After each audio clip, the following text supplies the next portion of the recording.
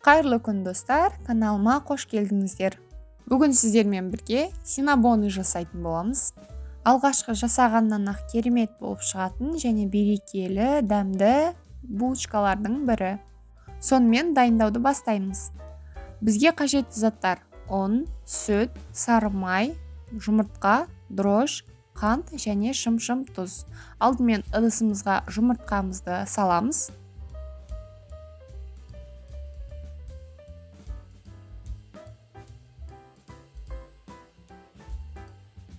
Оның үстіне қантты саламыз, сосын тұзды салып, араластырып аламыз.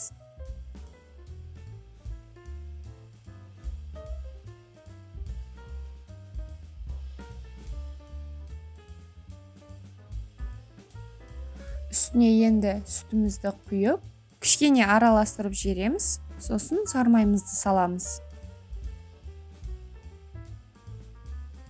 Сары майдың бөлме температурасында болғаны дұрыс, менде кішкене салқындау болды. Енді біркелкі болғанша араластырып аламыз жақсылап.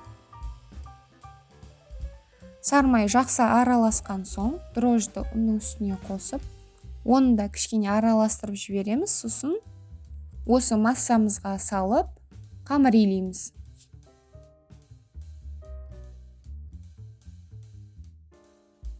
Ұнды екі бөліп салып алдым. Қамырымыз қатты болып кетпеу керек. Қаншалықты қамырыңыз жұмсақ болған сайын, булочканың қамыры піскен кезде жұмсақ болып шығады.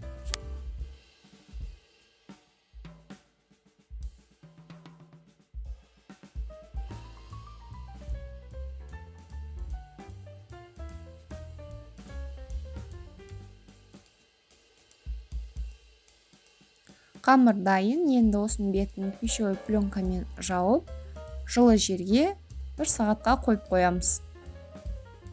Енді ортасына салатын салмамызды дайындаймыз.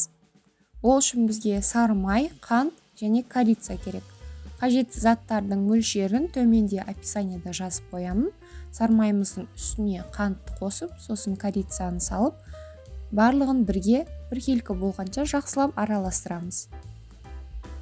Салмасын дайындап алдық, енді қамырымызды дайындаймыз. Міне қамырымыз дайын болып, көтеріліп, өте әдемі болып шықты.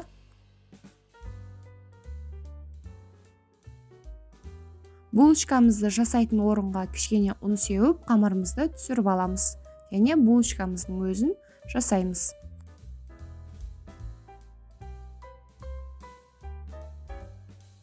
Қалғанын дәл видеодағыдай осылай қамырды жайып шығамыз.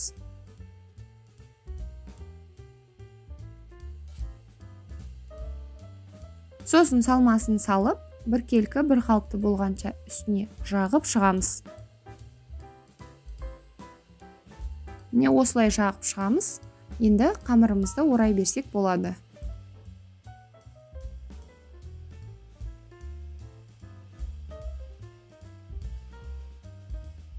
Орап болған қамырымызды бөліктерге бөліп алып, пергамент қағазының үстіне қойып шығамыз.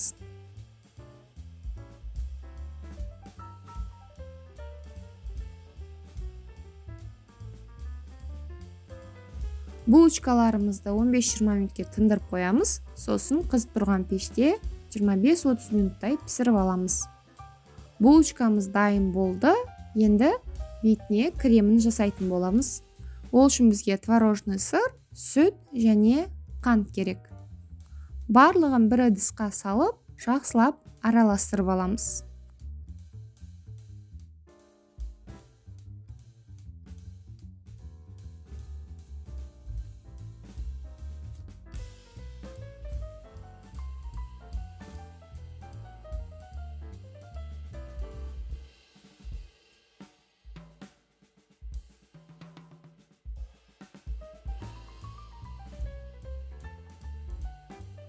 Дайын болған кремімізді булочкалардың үстіне жағып шығамыз.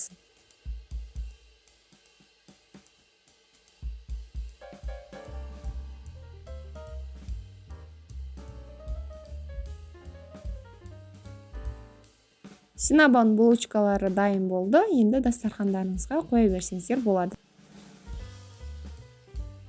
Булочканың дәмі ерекше дәмді және берекелі болып шығады. Барлықтарыңыз жасап көріңіздер. Алғашқы жасағаннан ақ дәл осындай болып шығады.